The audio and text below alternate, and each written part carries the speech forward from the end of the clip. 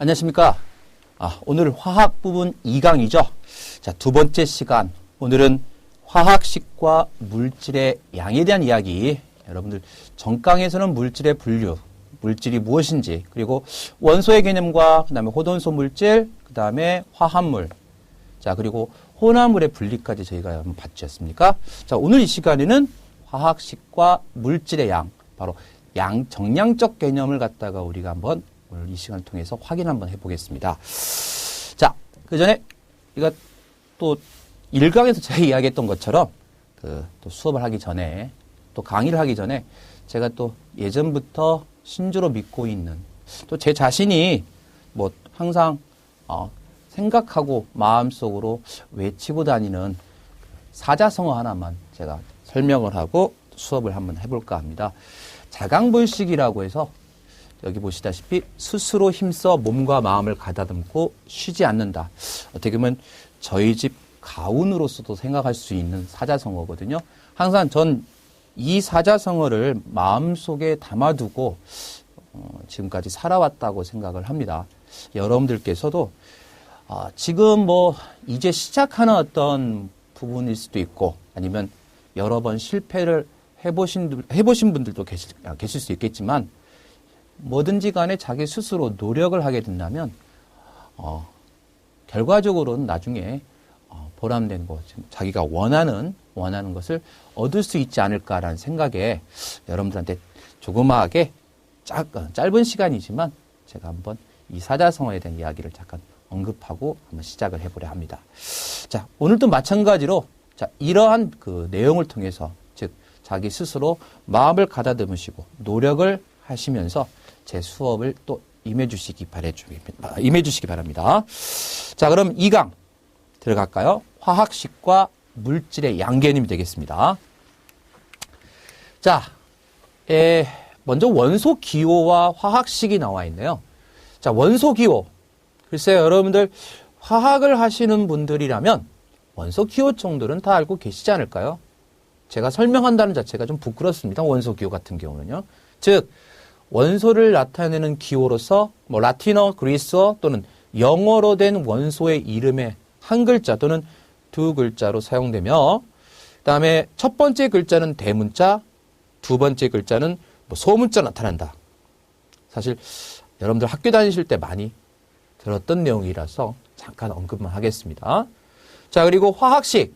화학식은 원소 기호와 숫자를 이용하여 물질을 이루고 있는 원자의 종류와 개수를 나타낸 식을 우리는 화학식이라고 이야기를 하죠.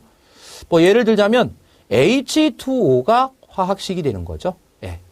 이때 앞에 쓰는 이 숫자 큰 E 있지 않습니까? 이게 이제 분자의 수를 의미하는 것이고요. 뒤에 쓰는 숫자는 원자의 개수, 즉 원자의 수를 의미한다라는 거죠. 그래서 오늘 배우게 될 몰 개념에서 물 분자가 2몰, 그리고 수소 원자는 4몰, 그다음에 산소 원자는 2몰 개념. 즉 우리가 종류라든지 또는 일반적으로 개수를 갖다가 확인할 수 있는 이러한 식을 갖다가 우리가 화학식이라고 표현을 합니다.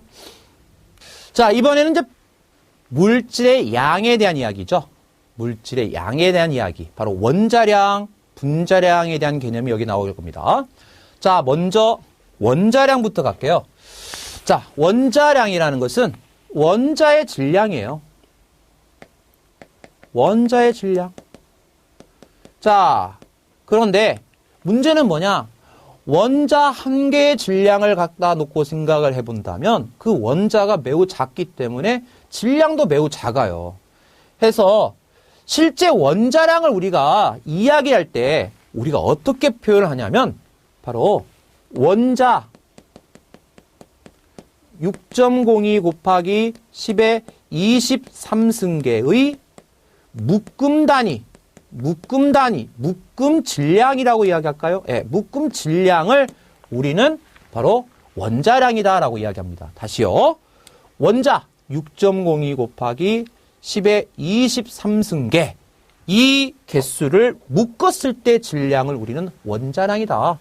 즉 요 6.02 곱하기 10의 23승계는 바로 1몰에 해당이 되는 원자수를 가리키는 거거든요. 뒤쪽에서 제가 이 강의 후반부 쪽에서 나오게 될 텐데요.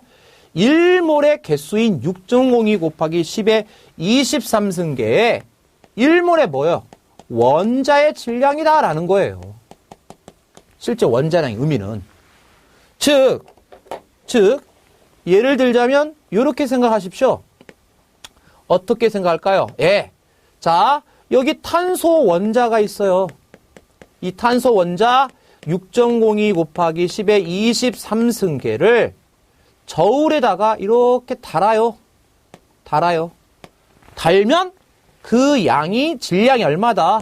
12.00g이다 라는 거죠. 이해되시죠? 마찬가지예요. 수소도 마찬가지가 되겠죠. 수소 원자 6.02 곱하기 10의 23승계를 저울에다 달면 1.00g이다. 1g이다. 즉 6.02 곱하기 10의 23승계의 묶음에 대한, 덩어리에 대한 질량을 우리는 원자량으로 우리가 표현하게 됩니다.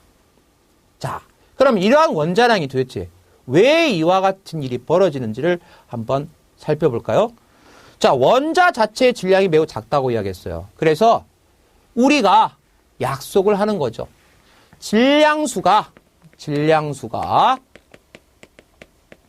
12인 바로 탄소 원자의 질량을 우리가 10이라고 놓자. 그리고 그 값을 이용해서 다른 원자와 비교를 해보자라는 겁니다. 어떻게요? 자, 탄소 원자 한 개의 질량은 얼마냐? 1.99 곱하기 10의 마이너스 23승 g이에요. 매우 작죠? 자, 이걸 우리가 화학에서 정량적으로 쓸 수 있느냐? 없다는 거예요. 매우 작으니까. 그래서 요 값을 우리가 그대로 쓰지 말고 얼마로 놓자? 12라고 놓자 이거예요. 해서 자, 예를 들자면 수소 원자를 갖다 원자량을 계산한다. 그러면 1.99 곱하기 10의 마이너스 23승 g을 12라고 넣는다면 수소 원자 한 개의 질량은 1.67 곱하기 10의 마이너스 24g이거든요. 이걸 얼마로 넣을 수 있느냐 이거예요. 자, 이해되시죠, 여러분들? 예. 그래서 이 값을 계산을 해보면 바로 얼마가 나오냐? 1이 나온다 이거예요. 1이 나온다 이거예요. 해서 자, 보세요. 요게 바로 수소의 뭐가 되는 거죠? 원자량이 되는 거죠. 물론 요 숫자도 요것도 마찬가지로 수소 원자 6.02 곱하기 10의 23승계를 달았을 때 이야기가 되겠죠. 이해되시죠, 여러분들? 네. 자, 이와 같이 바로 탄소 원자 12인, 질량수가 10인 탄소 원자를 기준으로 자, 다른 원자와 상대적으로 우리가 표현한 질량, 그 질량을 우리는 뭐라고 한다? 원자량. 그러면 당연히 탄소 원자가 있으면 수소 원자 12개의 모인 질량의 값이 탄소 원자와 같다는 소리가 되는 거니까 결국 수소의 원자량은 이렇게 하면 되겠죠. 다같이 12분의 1 곱하기 탄소 뭐가 되겠죠? 그렇죠. 원자량이 된다. 라는 이야기가 되겠습니다, 여러분들. 자, 그러면 이제 무엇을 볼 거냐? 여기 나와 있는 6.02 곱하기 10의 23승계가 도대체 어떻게 나온 숫자냐라는 거죠. 자, 그 숫자는 이거예요. 자, 이쪽 볼까요? 갑니다. 지금 탄소 원자 한 개의 질량을 얼마로 놨죠, 지금요? 예, 이거잖아요. 근데 이제 원자량이 12란 소리예요. 자, 그럼 어떻게 계산하냐? 자, 보세요. 탄소 원자 한 개의 질량이 1.99 곱하기 10의 마이너스 23승 g이라면 X개가 될 때가 얼마냐? 10이다 이거죠. X개. 12가 도대체 12g이 되려면 원자가 몇 개 모여야 되냐 이거예요. 자, 그래서 그 X의 값을 계산을 해보니까 6.02 곱하기 10의 23승계가 나오더라라는 거예요. 그렇죠. 아, 그러면 요 숫자는 바로 요만큼 모였을 때 요만큼의 질량을 가지는구나. 그래서 이 숫자를 우리가 아보가드로의 수다라고 표현을 해요. 네, 입자수 개념. 그리고 요것을 묶었을 때 몇 몰이다? 1몰이다 라고 표현을 하고요. 이해되시죠, 여러분들? 예. 자, 그럼 6.02 곱하기 10의 23승계. 누굴 기준으로 놓다? 다 같이? 예, 맞습니다. 탄소 원자를 기준으로 입자수를 계산한 값이 되는 겁니다. 따라서 제가 지금 선생님이 설명하고 싶은 내용은 뭐냐? 원자량의 기준이 변하면 도대체 어떤 일이 벌어지느냐라는 거예요. 당연히 뭐가 변하겠어요? 그렇죠. 1몰의 질량이 변하게 되겠죠. 뭐가 변한다? 그렇죠. 원자량이 변한다. 원자량이 변한다. 왜요? 탄소 원자를 이렇게 봤잖아요.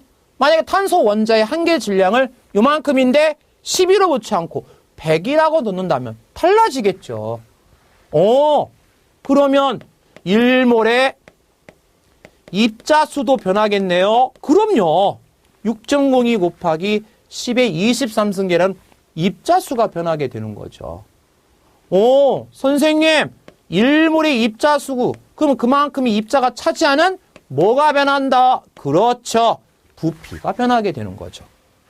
하지만 원자량의 기준이 변할지라도 변하지 않는 게 있어요. 뭘까요? 변하지 않는 거. 그렇죠. 바로 밀도는 변하지 않습니다. 예. 그리고 원자 한 개의 실제 질량 또한 변할까 안 변할까? 그렇죠. 변하지 않는다는 거죠.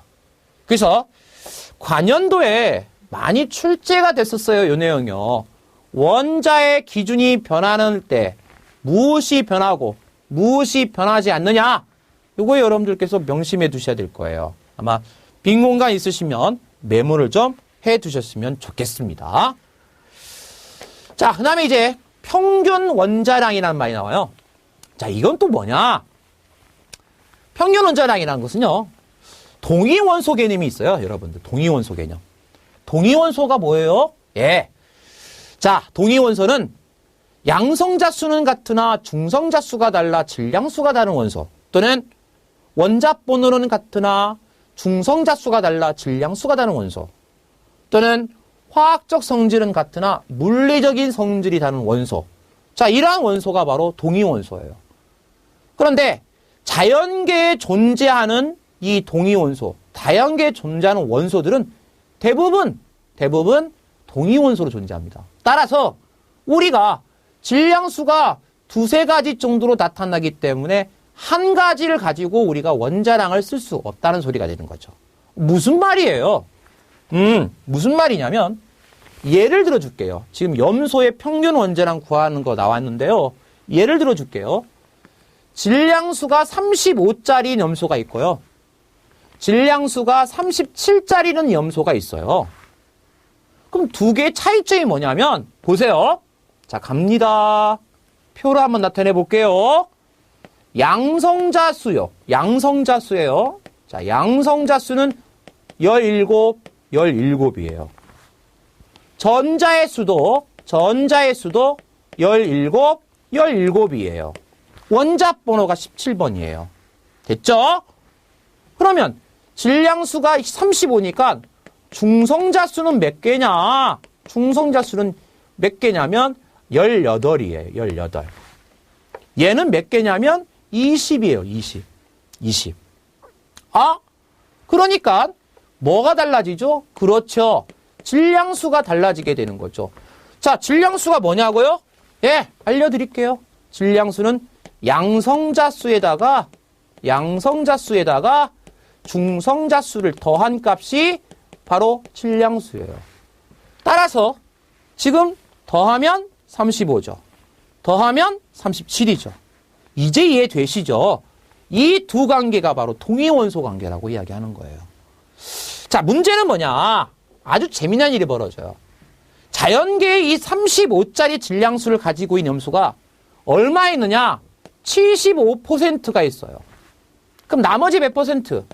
25%가 질량수가 37짜리가 있다 이거예요. 그럼 생각해보죠. 만약에 내가 원자량을 35라 본다면 37짜리 25%는 배제한다는 소리예요. 말이 안 되죠. 만약에 제가 37로 본다면 35짜리 75%를 배제한다는 소리가 되겠죠? 안 된다는 거예요. 그래서 두 가지 원소의 평균값을 이용하자라는 거죠. 그럼 어떻게 하는 거냐? 평균 원자량 어떻게 계산하느냐? 간단해요. 평균 원자량 이거를 전체 존재 비율이 얼마? 100이죠. 합이. 그 중에 질량수가 35짜리는 75%가 있다고 했고요. 더하기 질량수가 37짜리는 얼마? 그렇죠. 25%가 있다. 요거 계산하면 얼마가 나오냐? 35.5가 나와요. 35.5. 예. 자, 전체 100분의 35짜리 75%, 37짜리 25%. 그래서 우리가 평균 원자량을 구하는 거예요. 자, 이때 여러분들 어떻게 보면 스킬이라고 볼 수 있는 건데, 자, 보세요. 35.5라는 이 평균 원자량의 값을 보세요. 누구와 같아요? 그렇죠. 얘와 같아요. 같은 게 아니라 비슷하죠. 유사하죠. 가깝죠. 이 값에 가깝다는 거죠. 왜요? 존재 비율이 높으니까 그래요.